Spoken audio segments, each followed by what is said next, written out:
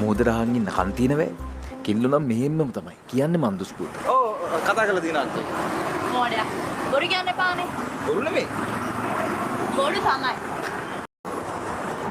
ගුටි කෑවට මොකද? අද නම් ෂෝක් දවස.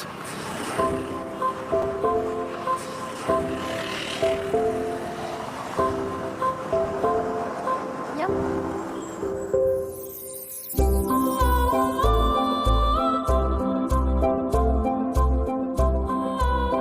රෝස මලක පෙත්තක් තරමටම ආත්මයක් වගේ අත සිනුදුයි.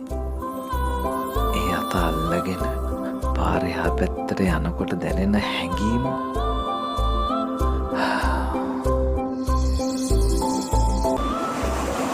නේ බාහිර ලස්සන අපිට. ඒක මන් දන්නවා.